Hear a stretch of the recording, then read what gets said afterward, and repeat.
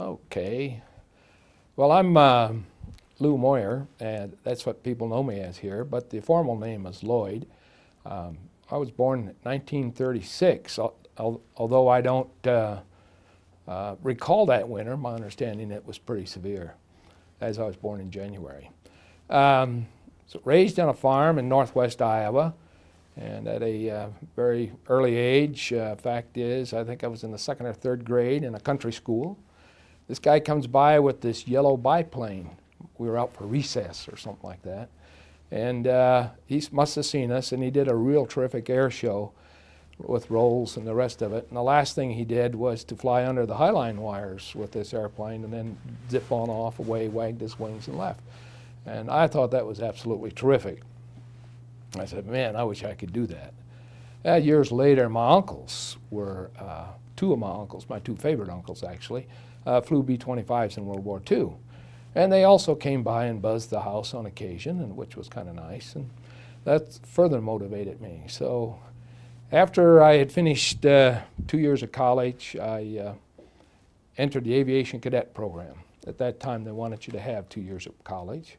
Entered the aviation cadet program, started off at Lackland Air Force Base, moved on then to primary flying training in Marianna, Florida, where we flew the T-34, which is a small prop type aircraft similar to the Beach Bonanza, and the T-28, which was also a prop type aircraft. And I might add that both the Air Force and the Navy flew these versions of aircraft, but the Navy ones each had better props and bigger engines than the Air Force versions. I guess that's to get them better carrier oriented. From the primary flying school, I then went on to what they call basic flying school at Bryan Air Force Base in Texas. In case you don't know where Bryan is, College Station is next to Bryan, and that's where Texas A&M is. Okay, so at Bryan Air Force Base, I flew the T-33, which was a single-engine jet, and that's where we entered jet training. I then graduated from Bryan Air Force Base in February of '58 and was fortunate enough to be in the top of the class, so I got to choose my follow-on aircraft. And so I chose to go to the F-86 and the F-100. F-86 was the aircraft of Korean War fame. And I thought it was at the top of the world, number one, hot fighter jock and all the rest of that stuff. After finishing my '86 training is when I got the first inclination of what happens when political decisions are made. John Foster Dulles and President Eisenhower decided we didn't need fighters in the Air Force anymore, and so they sent 600 Tactical Air Command pilots to Strategic Air Command. And so from a hot fighter pilot, I became a co-pilot on a B-47. That was kind of a hard pill to swallow, but nonetheless, it worked out good because at Lincoln, Nebraska, where I was stationed, is where I met and married my wife. So that was the upside of that equation. When I got to Lincoln, that's when the Cold War was getting a little bit hotter, and so that's when the Strategic Air Command went on 50% alert. That meant 50% of their aircrafts were on nuclear alert on the ground all the time, which meant that about 1 week out of 3, I was on the alert, sitting in the alert pad for a week. And then also what we did is we reflexed to England. We went to Upper Hayford, England, and sat on nuclear alert over in England. Along about that time, my aircraft commander asked me if I wanted to go off to B-52s. Well, it turned out that at Lincoln, to upgrade the aircraft commander to get on the list, you had to have 900 hours, and I had 890 hours in 10 minutes. So I was not put on the upgrade list, so that being the case, I said, okay, I'll go to B-52s. So I went off to B-52s, ended up being stationed at Walker Air Force Base, Roswell, New Mexico, and was actually down there for quite some period of time. While I was at Walker Air Force Base, after about 18 months, I guess it was, I was actually upgraded to aircraft commander in the B-52, which was a coup for me because that was before anybody back at my old B-47 outfit got there. And 6 months after that, I was upgraded to instructor pilot and was the youngest instructor pilot within the Strategic Air Command. I was a captain, slick wing captain, I might add, at the time. If you understand slick wing, that means no stars or wreaths above the wings. Uh, we were deep in the midst of the Cold War at that point in time, and probably the biggest deal was 1962 Cuban crisis. At that time they had what you called airborne alert, or SAC had airborne alert, at which time they could put a number of B-52s airborne and keep them airborne 24 hours a day, 7 days a week. At the peak, they had 84 B-52s flying those orbits, airborne at all times. Our particular unit had 8 nuclear weapons in the bomb bay and a nuclear missile under each wing for a total of 10 nuclear weapons. Each weapon was about 1.1 megaton. During the Cuban crisis, I flew 5 of those airborne alert missions. They were 24 hours long, not augmented crew. We refueled off the east coast of Newfoundland and then refueled again coming in on the north side of Alaska. So we actually flew up north of Canada and then back down south to Roswell. At the time that you were at the Cuban Missile Crisis, these wash flights that you had, did you have any kind of, how close were you getting to the Soviet Union? Did you have any kind of contact with Soviet planes or Soviet radar, ships, submarines, anything like that? Personally, the only contact that we ever had, although we could pick up their radar signals of their radar and sometimes even radar signals of their fighters, I never saw any. We were, on one occasion I happen to remember, we were called by a particular party that we shouldn't have gotten a call from. Sounded like English. It was a regular radio call. We were up between Greenland and Canada at the time.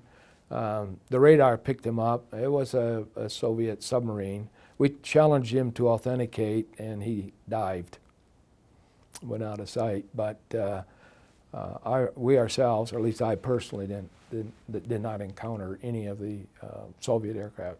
There are others who did, and as you might recall, some of the B-47s that were doing some of the spy collection stuff, there was a couple of those shot down in that same time frame that Powers got shot down in his U-2. So there was quite an exchange. From Roswell, got reassigned and into up to Dow, up at Bangor, Maine. Bangor, Maine, and from there went to Southeast Asia in B-52 operations.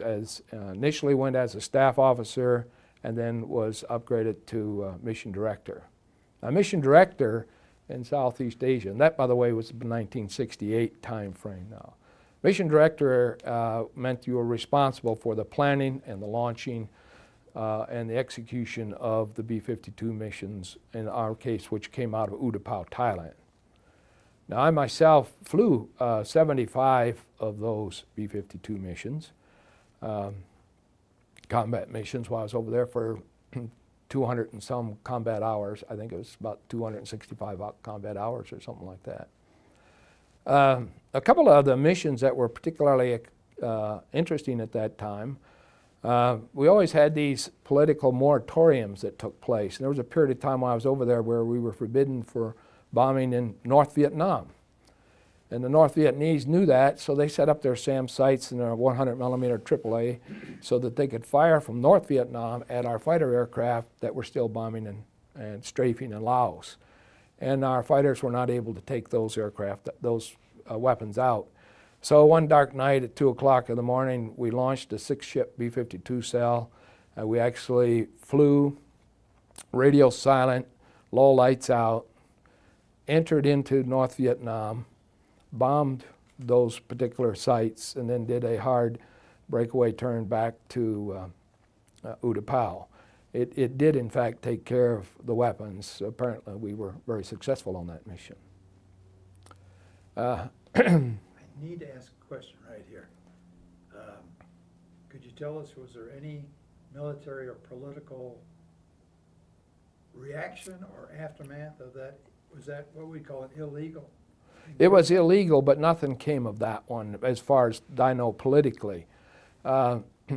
because we ourselves were probably in somewhat denial. And secondly, you'd be hard-pressed to prove that we were ever there, other than the damage that was on the ground. So that did not get into the media, although the fighter jocks enjoyed it because they were not getting plastered every time they went up into Laos after that. It's probably one of the few times that the fighter guys thought the bomber guys did something decent.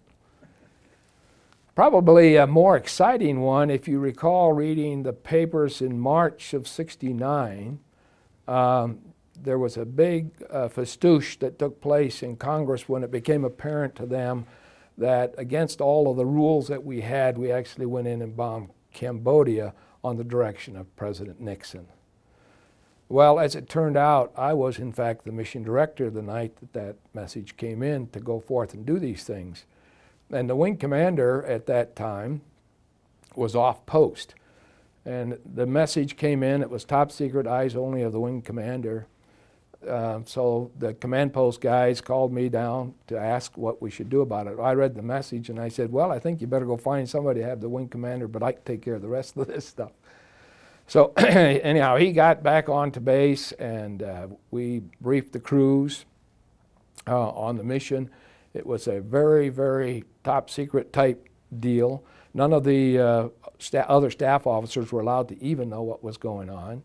We briefed the crews. The crews were to be guided by ground radar over their targets, and they were specifically told to ignore the fact if they happened to cross the river. Bearing in mind the Mekong River is the border between Cambodia and South Vietnam. Well, then they needed an airborne commander, so since it was so secret, then I also flew as the airborne commander for that mission. And we did, in fact, cross into Cambodia and had a fairly significant bombing mission with a lot of BDA, which is bomb assessment damage. So that was '69. And nothing was really said and nothing was known. And then it got to the folks back in Congress, however it leaked, I'm not altogether sure. But you talk about serendipity, I was assigned to SAC headquarters after I left Vietnam. And I was in the Command Control Division working on the upgrade of the new data automation system. But one of the jobs I had on the weekend, in order to rotate it, is to get briefed by the NCOs down at force status and then go up on the balcony and be there when the either Sync SAC or the SAC DO or Vice Commander, one of the three, took the Saturday morning briefing. And on this Saturday morning is when, if you will, the S hit the fan. It was known that it had gotten out that we had illegally gone into Cambodia, and the Congress wanted to have somebody there explaining it to them the following Monday. Anyhow, the general started a conversation and my boss said, well, I can give you some first-hand data because the guy who was the mission director is on this balcony, at which time I became front and center and explained to them what I knew of this particular mission. And we briefed the general and spent the weekend prepping him. Then the general went on to Tactical Air Command headquarters for further briefing, and then he went on to talk to Congress. He must have done all right because he was a 2-star when we briefed him and he was a 3-star when he retired. So apparently he recovered from it. And from my standpoint, there has never been any feedback other than my direct participation in that item. We've missed a couple of things that I think we ought to reflect on. Did everybody come off hearing about the Cold War and his We're going to go involvement? back. I've got Are you questions. got a question on that? How about, we didn't hear the Quezon story, the Marine Battalion that was trapped. Oh, yeah. SOS call. Can you kind of get into that, the mission? Yeah, I We've actually, forgotten where it was. well, that was actually before I arrived in Southeast Asia. But I do, if I dug in my files of things, I do actually have copies of photography that was taken of the bombing that was done there. But nonetheless, the Marines were trapped at Quezon, which was kind of a hilltop outpost in South Vietnam, the northern part of South Vietnam. And they were being attacked by regulars from North Vietnam. So this was a real out-and-out type deal. This was not a Viet Cong type deal. And they were threatened with being overrun. They were totally cut off. So we started with the B-52 saturation bombing. And there was a lot of rules of engagement that you had. And I don't want to quote the exact number, but I will say a number. But basically speaking, we had to say something like 5,000 feet outside of our perimeter with our bombing. Well, after doing that a little bit, the North Vietnamese picked up on that, so they, in fact, moved inside of that distance limit whenever they got the indications the B-52s were coming. Well, it turned out that one particular mission, apparently the radar navigator, forgot to put the offsets into the aiming point, and so he actually bombed inside of that corridor piece and did extreme damage to the North Vietnamese, and the siege was broken, and we were able to get the Marines out. But for them to call in B-52 strikes, I might mention, the B-52 held 84 500-pound bombs internally and 24 750-pound bombs externally. So there was when you dumped a load of that stuff, you were dumping a great amount. And typically we dropped with 2 flights of 3 for a total of 6 B-52s that would drop in the same general area at approximately the same time. Tell us a little I've bit. got a question here while you're still on the topic of the bombs here. Were these just kind of advanced World War II style gravity bombs, or were there any kind of directions, any kind of control as to how they went to the ground? They were World War II kind of bombs, the same thing you saw dropping out of B-17s in World War II or B-29s in Korea were the same things that we dropped out of B-52s. Kind of shows you the services don't necessarily change rapidly. They're decidedly different than what we are. And in fact, again, back to when I was the 9th Bomb Squadron commander, we had a test crew for some of the new guided bombs where we put on the guidance units on the front of these bombs and then could run them right into exact bunker. Not totally unlike what you saw if you saw when they got the Iraqi terrorists just the other day.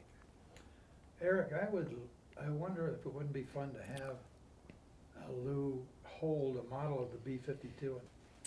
I got one other, actually getting back to the B-52, just came up here, but what kind of, you mentioned that there was a gunner there that was eventually taken off the plane. What kind of defenses did you have against anti-aircraft, anti-missiles, things like that? We had a full suite of electronic equipment. So you had electronic countermeasures, you had chaff, which is that metal strip stuff that you drop out of it. We had flares that you could drop for heat-seeking type missiles.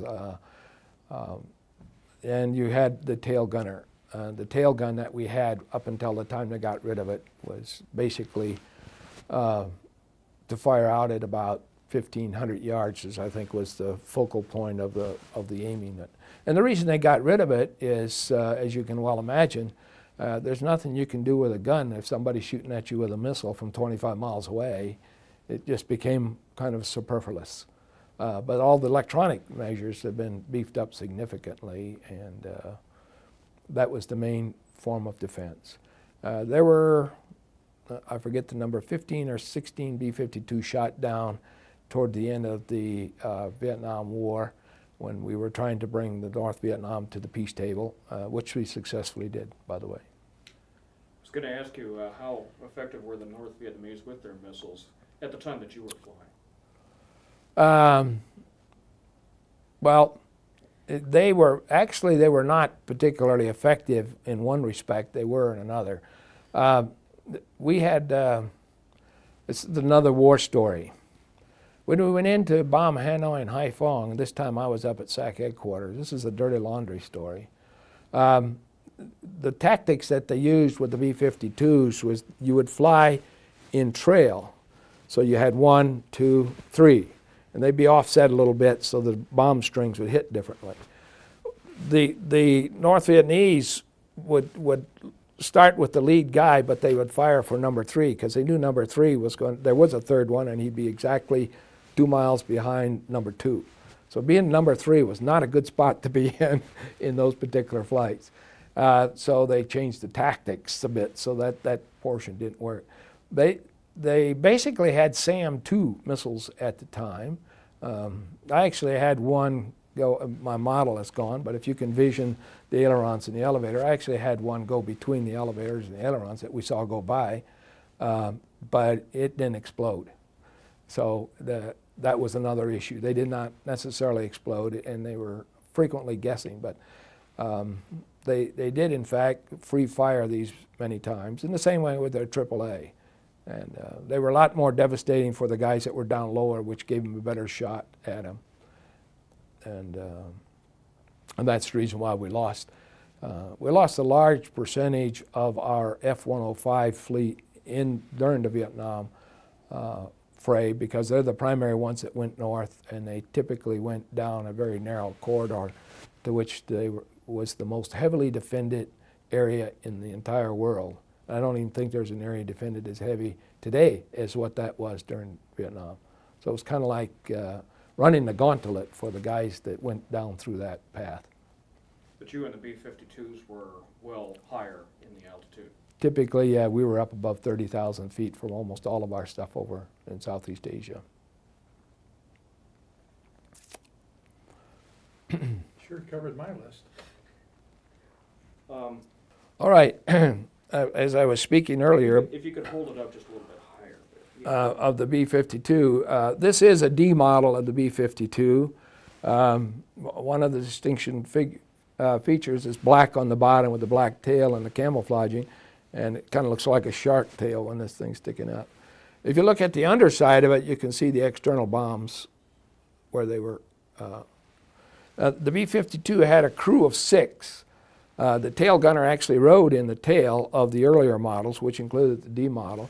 And then there were 5 crew members up front, pilot, co-pilot, an electronic warfare officer that sat on the upper deck, and then at the lower deck was the radar navigator, which for folks in World War II would call the bombardier, and the navigator. We had obviously 8 engines on it, the external fuel tanks. The D model fully loaded was about a 450,000 pound aircraft. The later models were up to about 488,000 pound aircraft. So the range and capacity was extremely good, I guess I would say. What kind of a range did you have without refueling, and how long could you stay aloft with refueling?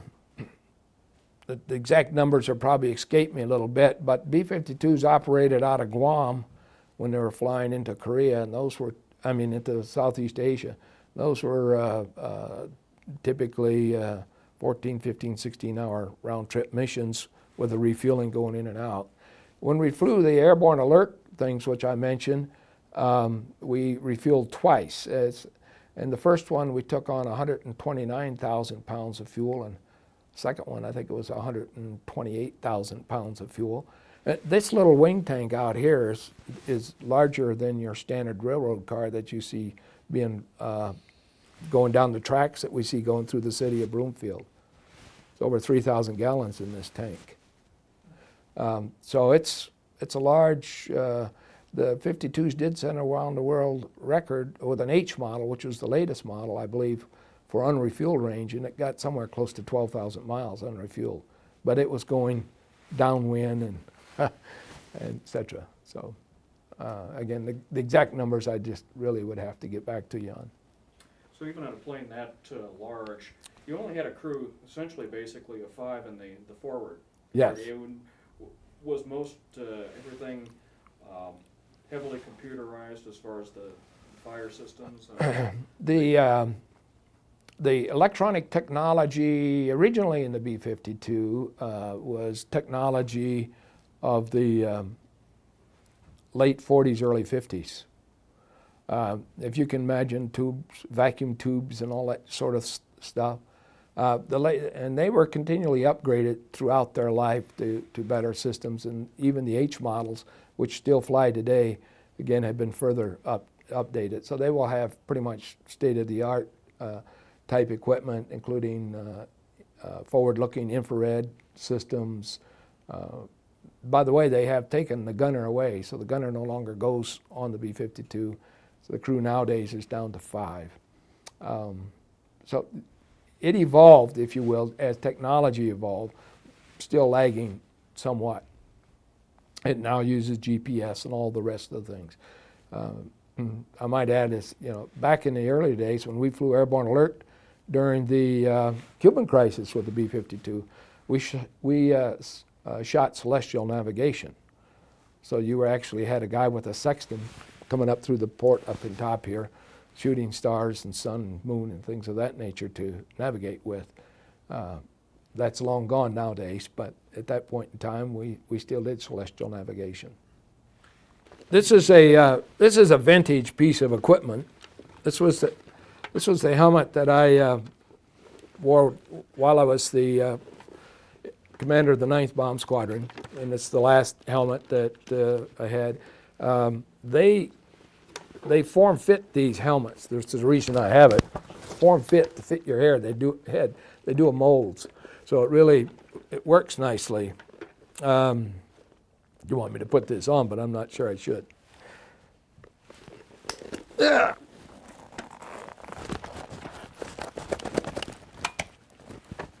How's that look?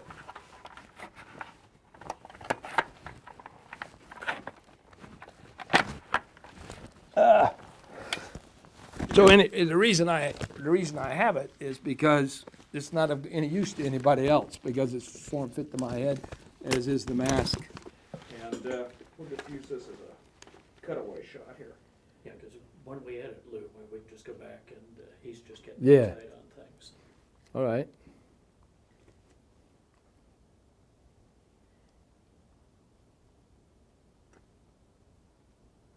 And there's a visor that comes down that, Yeah, there's a clear one. Right, make it work. And then the sun visor.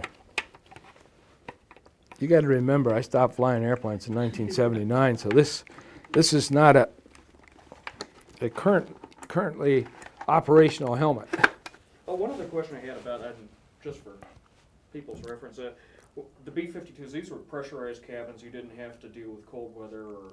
Right, they were pressurized, fully pressurized. The cabin portions were pressurized.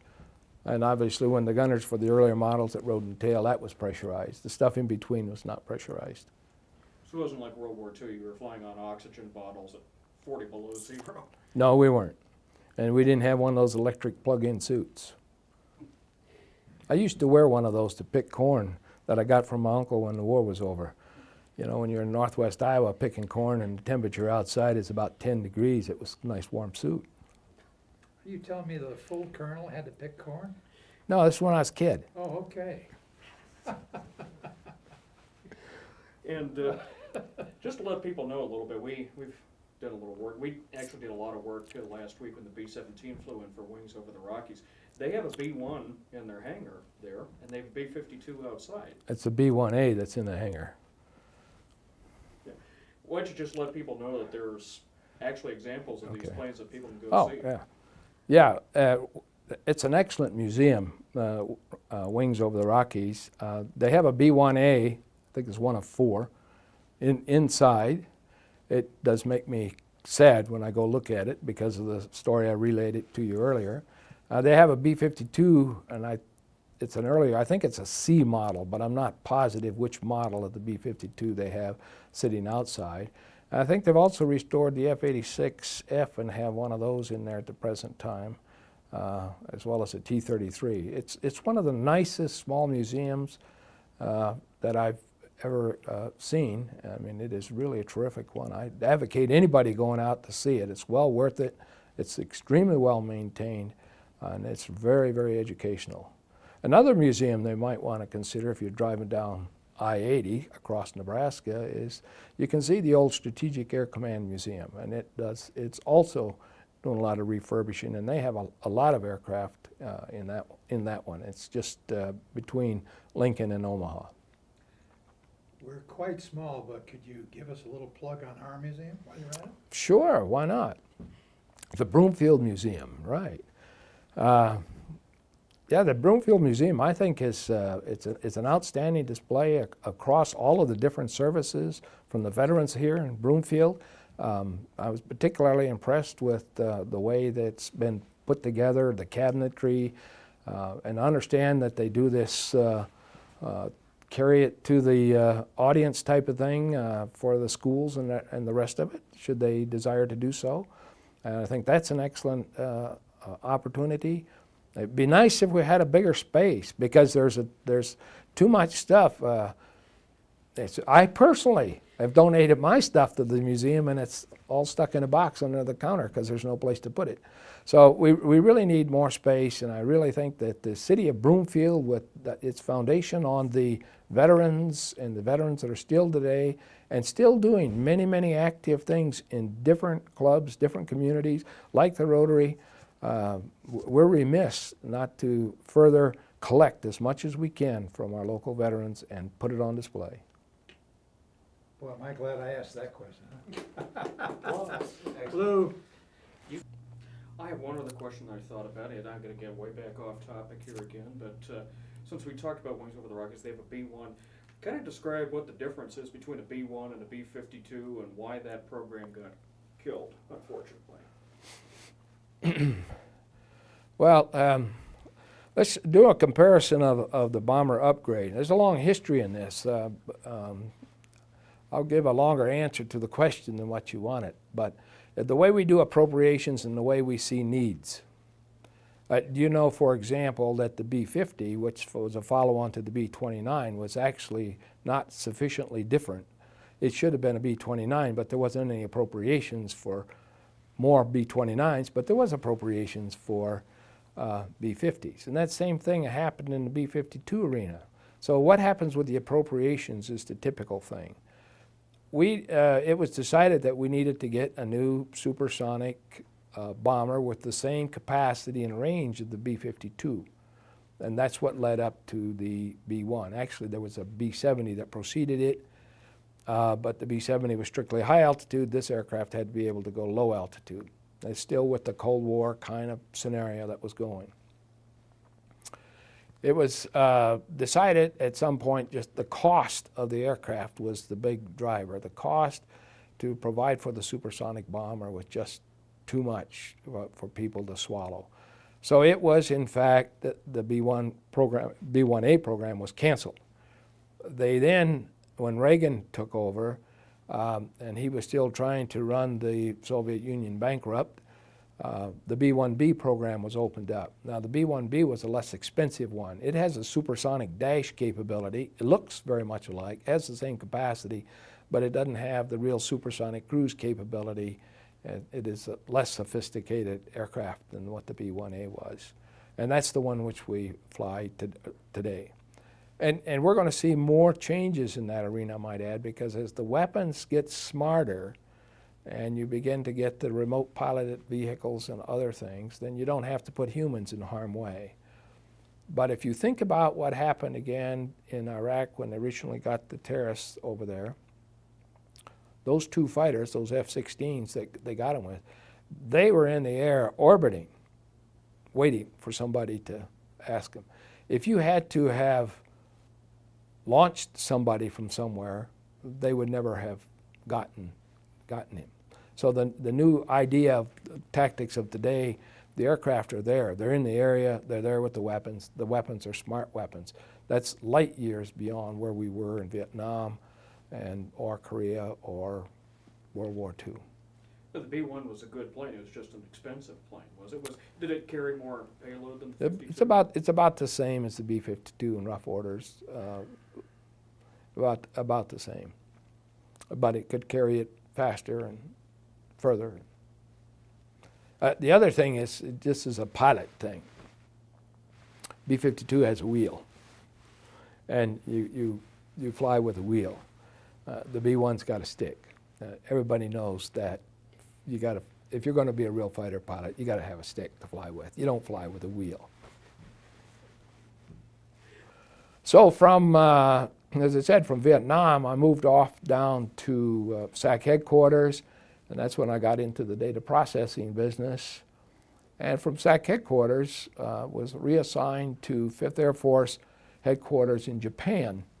And because I flew F-86s way back when, I was a fighter operations officer over there, and I was responsible for the airspace in Korea and in Japan, gunnery ranges, disaster preparedness, audio visuals.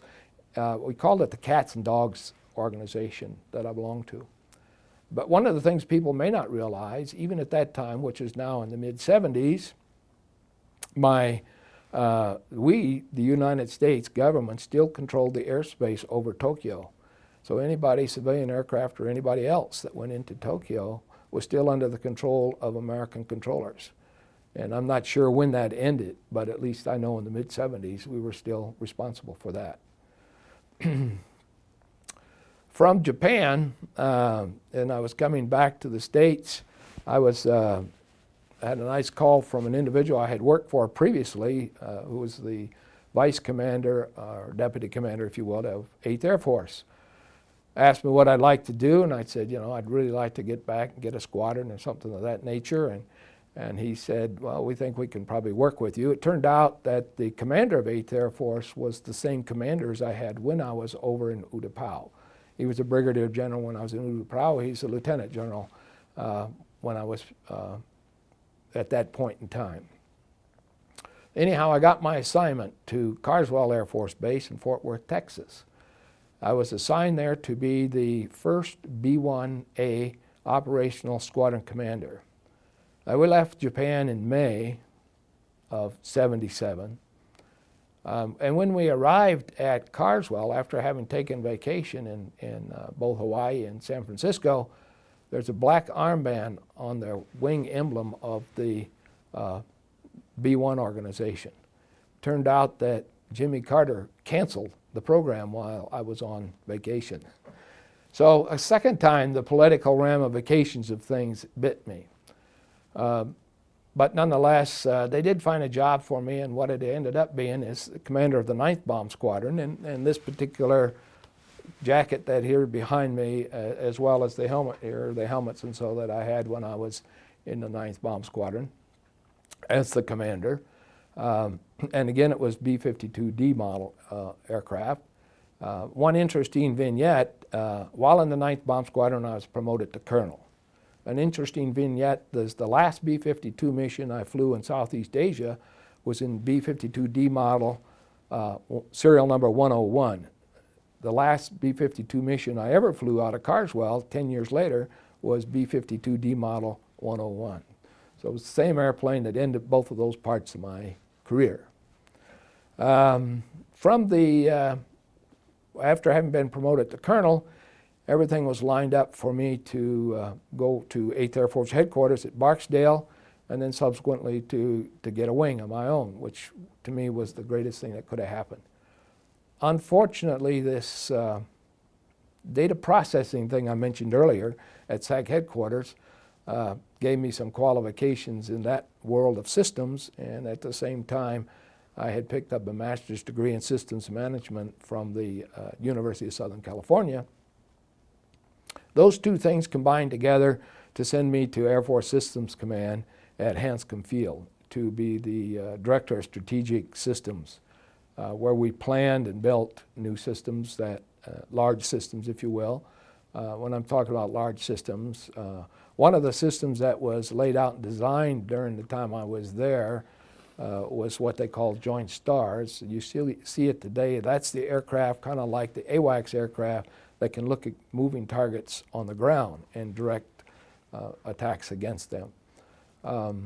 So from the Hanscom, then I moved up to the Pentagon into managing a joint program, which was the upgrade of the Worldwide Military Command Control System. And from there, it appeared to be about time that I retired. So I retired as a colonel in 1984 and was immediately hired by IBM to do the same thing I was doing when I was in the systems business. Now I was building the big systems for the contractors instead of hiring them to be built by the Air Force. If you ever take an excursion out towards Buckley Air Force Base, one of the systems I built is inside of two of those big bubbles that look like those oversized golf balls. Those are satellite ground systems, and so two of them that are out there are a legacy of programs that I managed. Another one of interest is if you're ever flying in England, in Europe, the air traffic control system that controls aircraft in southern Europe, in southern England. I participated in that as a manager of the subcontractors and development of all their software that's in that system.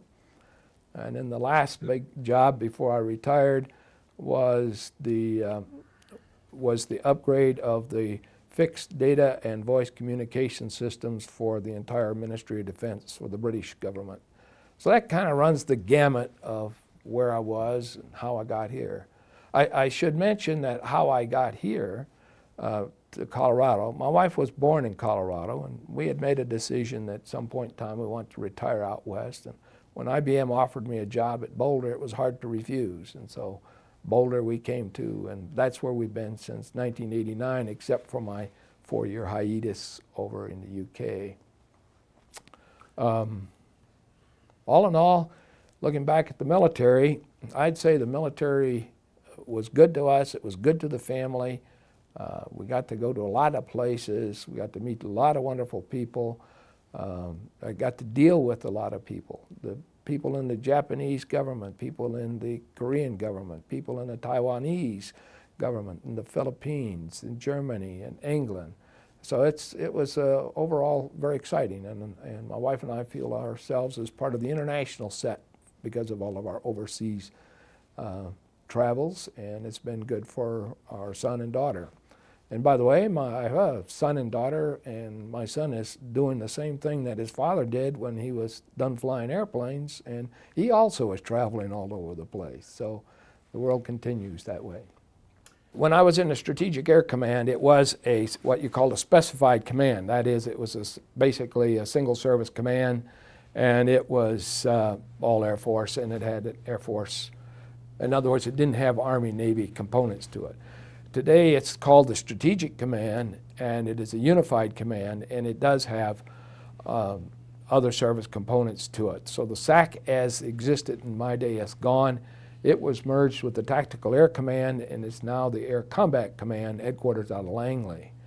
The interesting part is the Strategic Command today is commanded by a Marine General. So as I said, times have changed significantly. While the chairman of the Joint Chiefs of Staff is also a Marine General, which would indicate kind of the change, if you will, in the environment and how things have gone as we change based on the world situation. Do you have any reflection you want to offer on our involvement in Vietnam? It's an optional answer. You can take it there or not, whatever you like. Well, I have a personal view on Vietnam. The first thing, I would say some of the reasons that we originally used to go in Vietnam may have been valid. And even today, although there may be those who will say that they weren't good reasons, and I'm talking about the original reasons that we went there, I think they were good reasons because we eventually did see the Soviet Empire collapse. We did not see the continued expansion to where all of these other countries, like mainly Thailand, which was one of our major concerns, or the Philippines, or Malaysia, people tend to forget that the British won a war against the communist insurgents in Malaysia at one point in time in that same. The French unfortunately lost. I think, however, it could have been handled differently, and maybe there's some more political things if we'd have been a little more flexible relative to getting into the war. And I guess the people ought to remember that the real guy that got us into the war, the first advisors that we sent over there to help the French were done during Eisenhower's administration. The main action that we did was during the Kennedy administration. A lot of people talk about Nixon, but Nixon was when it ended, not when it started. The big escalation occurred during Johnson's administration. It was during that time frame when the political group decided to make the decisions as what you could bomb, when you could bomb, what you could fight against, what you couldn't fight against, what was sanctuaries, what were not sanctuaries. those were, as far as I'm concerned, grossly erroneous things to do, and it cost us a lot of men. Yeah, I guess my view is if you decide to go to war, that's a decision that should be made by the civilian portion of our government. That's the way it works. Once you're fighting the war, they should get out of how it's conducted, because I think that's giving sanctuary to the enemy is a terrible thing. And we would give them sanctuary, and then we would go bomb something and give them sanctuary and bomb something. And I think that just cost many, many, many lives that should not have been cost. Somebody told me one time that we could have made multimillionaires out of every North Vietnam resident for the amount of money that we spent on that war. And I think if they were all multimillionaires, they probably wouldn't have cared to fight. Is it getting worse, Lou, now with not only politicians, but the politically correct approach to war? Well, we have a habit of fighting the last war. I don't know if you want me to get into my visions, my opinions of Iraq or not, but I can, because I do have them. But I think that, number one, the U.S. has got to stop trying to be the policeman of the world. We can't afford it, and we don't even want to do it. That's one issue. Secondly, I believe in the political processes, and I know that political processes work. My own experience with it. As again, while I was over in Japan, I had to do a reasonable amount of negotiation with both Japanese government and Korean government, and these are good people to work with, and if your objectives are well understood and you're going in the same direction, it's very handy. That politics, negotiations work. War is a last resort, but I would also say you want to stay strong and you want to be able to do it. I might, just one personal vignette on Iraq. We fought that war right. But the trouble of it is, when the war was over, we didn't know how to occupy a country, and we were not the least bit prepared for it. And all this stuff we're going today deals with occupation. It's nothing to do with the war itself, although it looks that way. And anybody who thinks that the Civil War is not already in progress is foolish. When the Shiites are killing the Sunnis and vice versa, and the Arabs are killing the Kurds and vice versa, that is civil war. You might have a question relative to the jacket I have on and the color of it. That's the formal jacket of the Dedayans. The Dedayans are a fraternal military pilot organization, started from the World War I aviators and has continued ever since. And the color of the jacket they wear is not because I won the Masters, it happens to be because I belong to this organization. We have what you'd call a flight here in the Denver metropolitan area. It's the Mile High Flight, and we meet in Aurora about once a month, and then also have different functions from time to time. But the idea was to maintain a relationship, a camaraderie of military pilots. They support different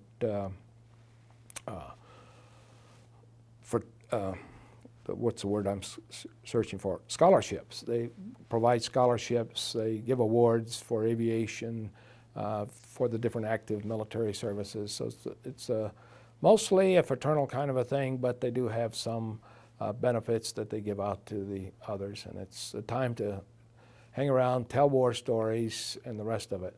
At one point in time, there was every one of the World War pilots was a member, and then anybody else to join. For each of the original members, there could be 2 follow-on members. And I happen to be associated with an individual named Lieutenant Ned Lacey, that's my kind of the founder organization for my particular position that I hold in the Dedayans. And Dedayans, by the way, comes from Daedalus, who was the Greek who was flying with his son back in the days of folklore and myth